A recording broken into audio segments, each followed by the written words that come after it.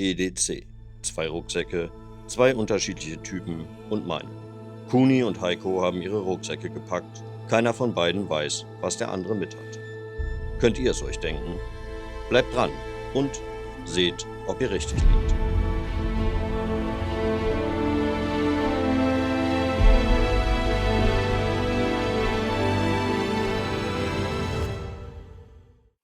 So, Kuni, Thema heute EDC. Genau. Viele wissen natürlich, was EDC ist. Manchmal habe ich aber auch das Gefühl, dass Leute denken, es geht um den Daypack.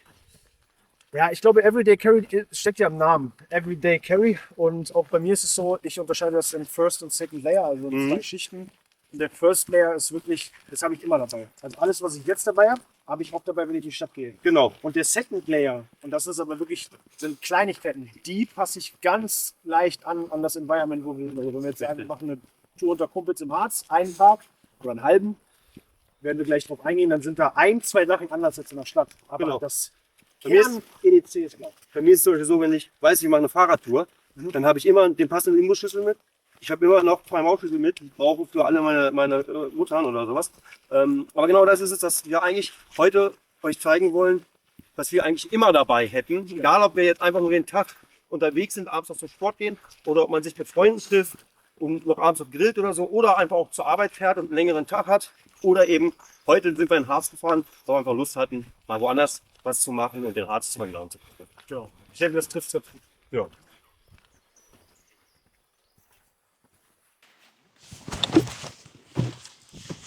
Erstmal ganz interessant, weil auch wollen die Leute das ja auch wissen. Was hast du für einen Rucksack gewählt?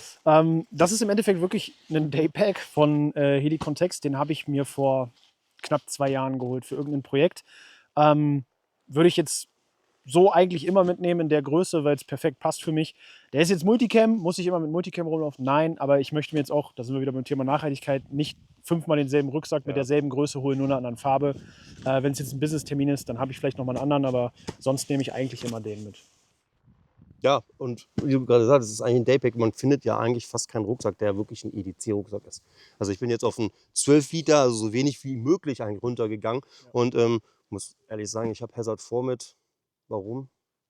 Ich bin Fan. Ich bin Hazard 4 Fanboy. Top-Marke, kann ich nicht anders sagen. Kann ich wirklich nicht anders sagen. Okay, packen wir mal aus. Fangen wir einfach mal an. Das erste, hol mal raus, was hast du mit? Das erste muss ich tatsächlich gar nicht rausholen, was ich wirklich immer dabei habe, egal wie, weil ich muss das heute leider anziehen. Das ist nämlich eine Regenjacke.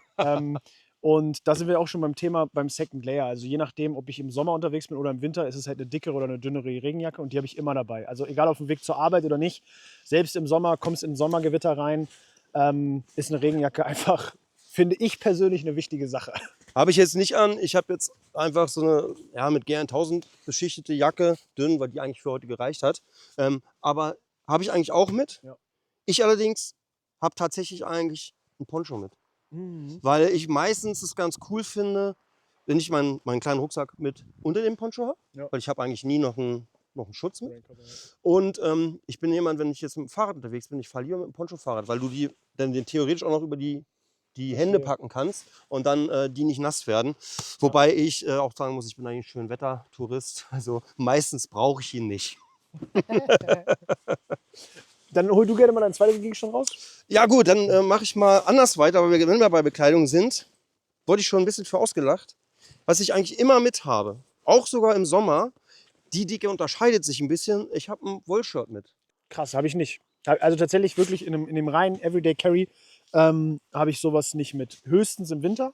Einfach dann, um wie gesagt nochmal eine Base Layer quasi drüber zu ziehen. Aber jetzt so in den Sommergefilden reicht mir eigentlich eine Regenjacke.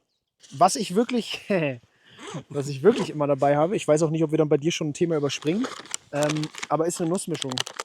Und die nimmt keinen Platz weg. Ich esse super gerne Nüsse, es sind viele Kalorien. Und egal ob auf der Arbeit oder jetzt bei so einer Tour hier für unter Kumpels in der Stadt oder sonst irgendwas, eine Nussmischung ist eine Sache, die ist wirklich immer dabei. Ich habe keine Nussmischung mit, aber habe eigentlich immer, ich habe jetzt hier 4 mit, weil ich für uns alle einen mitgenommen habe, einen Riegel. Aber ich habe eigentlich immer so eine Art Energieriegel mit. Ja, okay. Ansonsten, und da sind wir auch wieder bei dem Thema Second Layer quasi. Da habe ich noch mal ganz kurz eine Zwischenfrage, weil ich es bei dir gesehen habe und ich habe es auch. Du hast was zu trinken mit. Genau. Bei mir ist es aber so, Wollte ich auch gerade drauf eingehen, ja. bei mir ist es aber so, gehört für mich nicht zu meinem Standard. Ich habe es heute mit, weil wir jetzt hier sind, weil wir auch nachher eine Kleinigkeit essen, um dann was zu trinken zu haben. Wenn ich jetzt einfach wirklich zur Arbeit fahre oder in die Stadt fahre, weil an der Arbeit habe ich meine Kiste Wasser stehen oder ich fahre in die Stadt oder zu einem Freund, dann hat er was zu trinken, dann nehme ich meistens mir nichts mit. Wie ist das bei dir? Und genau das ist nämlich der Punkt, was ich schon jetzt 3-mal wahrscheinlich gesagt habe. Das unterscheidet sich ein bisschen, ob ich jetzt heute hier bin oder in der Stadt. Ich habe immer was zu trinken dabei, also mindestens so 0,5 bis 1,5 Liter. Meistens eigentlich treffe ich mich so in der Mitte. 1 Liter habe ich immer dabei an Wasser. Hier, wenn ich jetzt weiß, wir machen jetzt hier eine Tour unter Kumpels, habe ich eine Feldflasche dabei und tatsächlich einen Wasserfilter. Danach kommen wir eigentlich mehr oder weniger schon zu meiner kleinen Bauchtasche. Alles, was hier reinpasst, passt auch noch in eine kleinere Bauchtasche. Und das hier ist dann auch wirklich eigentlich der Layer, der ist immer dabei. Da können wir eigentlich starten mit, ich habe immer eine Form von Messer dabei. Völlig egal, ob das jetzt so ein etwas kleineres ist oder vielleicht sogar noch ein kleineres, ein Tiny, weil man es immer irgendwie brauchen kann. Also gerade bei mir, ich bin nun mal zusätzlich, dass ich viel in der Stadt bin, auch wirklich dann vielleicht noch mal schnell irgendwo drehe, ein schnelles Video oder sonst irgendwas und muss irgendwas kaputt schneiden oder so. Deswegen ist für mich ein Messer eigentlich unabdingbar, dass es dabei ist, zumindest eine kleine Variante. Weiß nicht, wie das bei dir ist. Natürlich, ich habe auch, weil ich das auch immer interessant finde oder wichtig finde, ein Messer mit. Ja. Weil das kannst du halt immer mal gebrauchen. Zweite Geschichte, die natürlich immer dabei ist mein Wallet. Also wo ich wirklich alles an Ausweisen, Kreditkarten, sonstige Sachen drin habe. Und hier ist sogar noch, kann ich vielleicht auch nochmal zeigen, ich weiß nicht, ob es so super interessant ist, aber ich fand es ganz spannend. Eine ganz kleine Geschichte drin, wo du noch verschiedene Köpfe hast, noch einen Flaschenöffner, einen Gurtschneider. Die habe ich mir da auch noch mit reingelegt quasi. Und das ist eigentlich immer, ja, ich denke, Geld brauchen wir jetzt nicht großartig erklären und Ausweisdokumente denke ich auch nicht. Die ist natürlich auch dabei. Ja gut, Brieftasche habe ich auch mit. Ich muss sagen, die habe ich jetzt allerdings gerade einfach in meiner Hosentasche. Ja. Hast du ein Multitool mit? Ja. Habe ich auch nicht mit. Nein? Weil das ist bei mir genau das Gleiche. Ich mag die meisten Multitools mag ich immer nicht, weil dann ist der Kreuzer ist zu klein oder er ist zu groß. Dann ist dies nicht, das Messer ist eh nicht doll. Die Zange, mit der kriege ich nichts gegriffen. Ist tatsächlich nur ein Mini-Multitool. Das habe ich mir damals vor ein paar Wochen sogar erst gekauft für die Fahrradtour. Ist aber tatsächlich so cool, weil es verschiedene Imbus etc. pp. Hat. Alles andere löse ich über andere Sachen. Und so klein, dass ich es wirklich immer dabei habe. Was ich immer mit habe, ist eigentlich eine Lampe. Okay. Ich habe jetzt auch eine Kopflampe seit einem Jahr. Aber irgendwie nehme ich immer eine normale Lampe mit. Licht habe ich auch mit. Also ich habe jetzt 2-mal Licht mit, komme ich gleich zu. Das ist tatsächlich wieder was zum First Layer gehört, was ich wirklich jeden Tag dabei habe. Also ich habe eine Taschenlampe dabei, entweder in dieser Form oder vielleicht ein bisschen kleiner, wobei das hier momentan meine absolute Lieblingstaschenlampe ist, muss ich ehrlich dazu sagen. Und da sind wir wieder bei dem letzten Produkt quasi, was spezifisch ist für die Tour. Wenn ich irgendwie im Wald oder so unterwegs bin, habe ich eine Kopflampe dabei. Habe ich immer mit. Echt? Strippe. Ja, kommt wahrscheinlich auch ein bisschen von Kajaktouren her. Das fängt an von irgendwas aufspannen, was mal trocknen soll endlich, weil du halt, wenn du mehrere Tage unterwegs warst, nass wirst. Also daher kommt das immer noch so ein bisschen her, hat aber mit einem EDC nicht vielleicht viel zu tun. Aber ich immer denke, Strippe kann ich immer gebrauchen, um mal irgendwas ein bisschen drumherum zu tüdeln. Das ist so ein bisschen wie den, liebevoll gemeint natürlich, den Tick, den ich mal hatte durchs Kommando noch. Ich hatte eigentlich immer einen Türkeil dabei. Weil ein Türkeil ist eine Sache, die du einfach super oft brauchst in irgendwelchen Einsätzen. Und das hat sich so einer Marotte entwickelt, dass man so dachte, ja, der Einsatz ist gut gelaufen, da hatte ich den Keil dabei, also habe ich den jetzt immer dabei. Und dann habe ich das eine Zeit lang wirklich auch im Privaten immer noch mit rumgeschleppt. So stelle ich mir das gerade ein bisschen vor mit der Strippe, weil in der Stadt, ja gut, aber... Ja, dann brauchst du, aber wenn du mal was zusammentüdeln willst, also durchaus zu gebrauchen, fand ich immer. Ja, macht schon Sinn. Und sei es, weil ich habe zum Beispiel kein Tourniquet mit, also könntest zur Not mit einer dreifach gelegten Strippe auch mal was abbinden. Ja, okay. Ne, also, weil da kommen wir aufs Nächste, das hast du wahrscheinlich auch, könnte ich mir vorstellen, also was ich immer mit habe, ist so eine kleine Grundversorgung, da ist jetzt drin ein bisschen Mullbinde, ein bisschen Pflaster, sind zum Beispiel auch Nadeln drin, also Sicherheitsnadeln, weil die kannst du auch für was anderes gebrauchen. Halt einfach nur so ein kleines Pack, das ist jetzt auch wirklich nichts Gewaltiges, aber oder eine kleine Schere ist drin. Eine Schere ist auch manchmal gar nicht so schlecht und das nimmt dann nicht so viel Platz weg und ist am Boden des Rucksacks. Ja. Oder hast du keine Ersthilfe mit? Kommen wir gleich zu, würde ich so. Tatsächlich gleich sogar nochmal, weil ich komme gleich noch zu meiner Spezialtasche quasi, zu meiner Tasche in der Tasche in der Tasche. Ach, eine Tasche in der Tasche. Eine Powerbank habe ich tatsächlich im Alltag einfach immer dabei. Das kann bei mir wahrscheinlich auch daran liegen, dass ich Content Creator bin und einfach viel mein Handy benutze. So, jetzt kommen wir auch zu dem Thema gleich ein bisschen Erste Hilfe.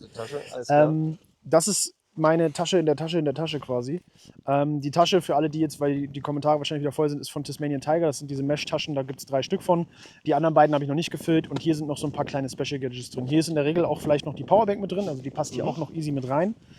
Und hier sind noch ganz viele Kleinigkeiten drin, zum Beispiel einen Gurtschneider. Den hattest du eigentlich schon in deiner... Ja, aber da sind wir wieder beim Thema. Ein richtiger Gurtschneider ist besser als dieser Gurtschneider auf dieser Karte. Gurtschneider, warum? Ist auch eine Sache, die wir beim SEK bekommen haben, eigentlich um die Kabelbinder loszuschneiden, weil wir mit Kabelbindern fesseln. Ist aber auch eine Sache durch den Polizeidienst, wo ich schon gesehen habe, dass Leute nicht aus Fahrzeugen rauskommen, weil sie den Gurt nicht gelöst kriegen. Und ein Gurtschneider ist schon nicht verkehrt.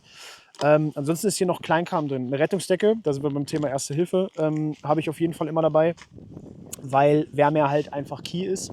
In der Regel in der Stadt oder sonst irgendwas kann man sich mit abbinden, habe ich so gelernt, Sachen relativ schnell provisorisch behelfen. Tourniquet jetzt vielleicht nicht, aber abbinden kriegt man schon irgendwie hin, auch zur Not eine Kleidung mal oder so.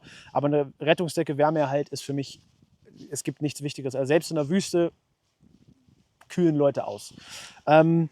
Etliche Sicherheitsnadeln, weil wichtig auch wieder für den Erste-Hilfe-Bereich. Hier haben wir noch 2 verschiedene Ladestecker für die Telefone oder sonstige elektrische Geräte. Schmerztabletten habe ich dabei. Ich habe Wassertabletten dabei und Kohletabletten, falls ich mal irgendwie den Magen verstimme oder sonst irgendwas. Ich habe mir eine andere Form von einem Göffel gebaut, nämlich ein Feuerzeug mit Panzertape und einem wasserfesten Stift. Deswegen habe ich auch wasserfeste Schreibunterlage dabei, wirklich, falls man es mal irgendwie braucht oder sonstiges. Und ich habe, und das war es dann eigentlich auch, noch das letzte Ladekabel dabei, um sogar meine Taschenlampe per USB laden zu können. Also laden kannst du alles, ja? Laden kann ich alles. Ja, nee, das habe ich auch mit einem Blog, da bin ich altmodisch, also auch um einfach was schnell zu notieren. Was ich noch mit habe zum Beispiel, Ja, jetzt bin ich sehr gespannt. weil wir das ein bisschen in die Richtung kommt, wobei ich das auch sehr vielseitig da nutze, ein Tuch. Also erstmal ich als Brillenträger, das ist auch Mikrofaser, kann meine Brille putzen. Das ist lang genug, dass du da auch eventuell den Arm mit einschlaufen kannst. Und es ist natürlich ein Tuch, um mal sich abzutrocknen oder. Das kann im heißen Sommer, wenn du unterwegs bist, schön sein, um sich mal den Schweiß wegzuwischen oder sowas oder sonst wie. Deswegen habe ich das mit. Und weil wir es gerade haben, Tuch. Ich habe tatsächlich einen Schemark mit. Ich nutze den zwar nicht, aber auch da ist wieder so, ich kann mir den um den Hals binden, auch wieder für Wärme. Und gleichzeitig ist das Dreieckstuch ein erstklassiges. Ne? Schema kannst du machen, ja. Wobei das eigentlich jetzt schon fast doppelt gemoppelt ist. Das Problem ist aber, dass du mit dem Schemark deine Brille nicht sauber kriegst. Ja. Ich habe tatsächlich sogar noch eine Sache mit. Noch eine Sache. Ich habe noch eine Sache Du mit. bist wirklich viel besser equipped als ich. Nee, aber das ist eine Sache, die nehmen auch keinen Platz weg. Das sind echt die dünnen Originals. Ja, Die kannst du wirklich ganz klein bubbeln. ja, okay. Aber gerade auf einer Fahrradtour willst die Kette lösen oder. Es gibt so viele Sachen, wo du dir die Hände schmutzig machst oder wo sie klebrig werden oder sonst was. Da ziehe ich mir echt Handschuhe an. Ich glaube, das ist ja. so der Unterschied zwischen wirklich Everyday Carry und ich habe es immer dabei und auch wenn ich eine Fahrradtour mache, habe ich sie dabei und von dem, wo ich halt unterscheide, wo ich sage, okay, ich packe noch 1, 2 Sachen spezifisch für die Aktivität ein. Wie zum Beispiel den Wasserfilter statt einer 1 Liter Flasche Wasser. Und die habe ich jetzt nur noch eingepackt und das ist wegen auch zum Beispiel heute, um einfach nochmal zu zeigen, okay, da ich jetzt auch gesagt habe, ich achte ja immer schon ein bisschen auf Wärme. Also wenn es, das würde ich jetzt im Sommer nicht mitnehmen. Ja. Aber wenn ich dann irgendwo im Herbst unterwegs bin, dann nehme ich mir auch durchaus eine Kopfbedeckung Ja, mit. 100%. 100%. Ja, bist du fertig oder zauberst du noch was aus deiner Nein, aus deiner jetzt kommt Pillbox? wirklich noch was, aber davon ist das eine, weil das habe ich nicht so gerne in der Tasche. Wenn ich viele Schlüssel mit habe, packe ich einfach die Schlüssel hier mit rein. Das ist so ein bisschen wie du dein Wallet reinpackst. Das Wallet habe ich in der Hose komischerweise, die Schlüssel packe ich gerne hier mit rein. Ich habe noch was, das hast du schon gezeigt, das habe ich noch nicht rausgeholt, Feuerzeug. Und dann habe ich tatsächlich eine Sache noch dabei und die habe ich gerne dabei, weil wenn mir langweilig ist, dann stecke ich mir die In-Ears rein und höre irgendwas. Ah, Kopfhörer, okay. Aber sehr spannend, auch sehr spannend, weil für euch nochmal, wir wussten nicht, was Heiko dabei hat, beziehungsweise Heiko wusste nicht, was ich dabei habe. Nee, gar nicht. Und ja, Kuni hatte ein Video rausgebracht, aber ich war im Urlaub. Und im Urlaub gucke ich nichts, was irgendwie mit Arbeit etc. zu tun hat. Und danach habe ich mich jetzt die Woche zusammengerissen. Richtig. Dass ich auf gar keinen Fall weiß, was Kuni da in seinem minimalistischen EDC-Programm drin hat. Genau, minimalistisch und dann waren ja trotzdem noch 1, 2 andere Sachen dabei, die ihr auch noch nicht gesehen habt, jetzt spezifisch auf so einer Kumpelwandertour über 3, 4 Stunden. Ich denke, das passt schon ganz gut. Ja, war auf jeden Fall super spannend. Fand ich auch. So, dann können wir uns jetzt gleich noch was zu essen nehmen. Und das Einzige, was wir noch heute mit haben für die Tour dann, das ist nochmal ein paar Kocher, nochmal Essen, also Fertignahrung für unterwegs, und zwar von Drytic, das Real Meal aus Norwegen. Sehr spannend. Wird es noch Videos zu geben, die kommen dann auch demnächst noch raus, wie wir das Essen finden, weil deswegen Kuni hat sich bereit erklärt, sich zu opfern und diese Fertignahrung mit zu uns zu probieren. Also bleibt dran, das lohnt sich auf jeden Fall, da wird noch was kommen.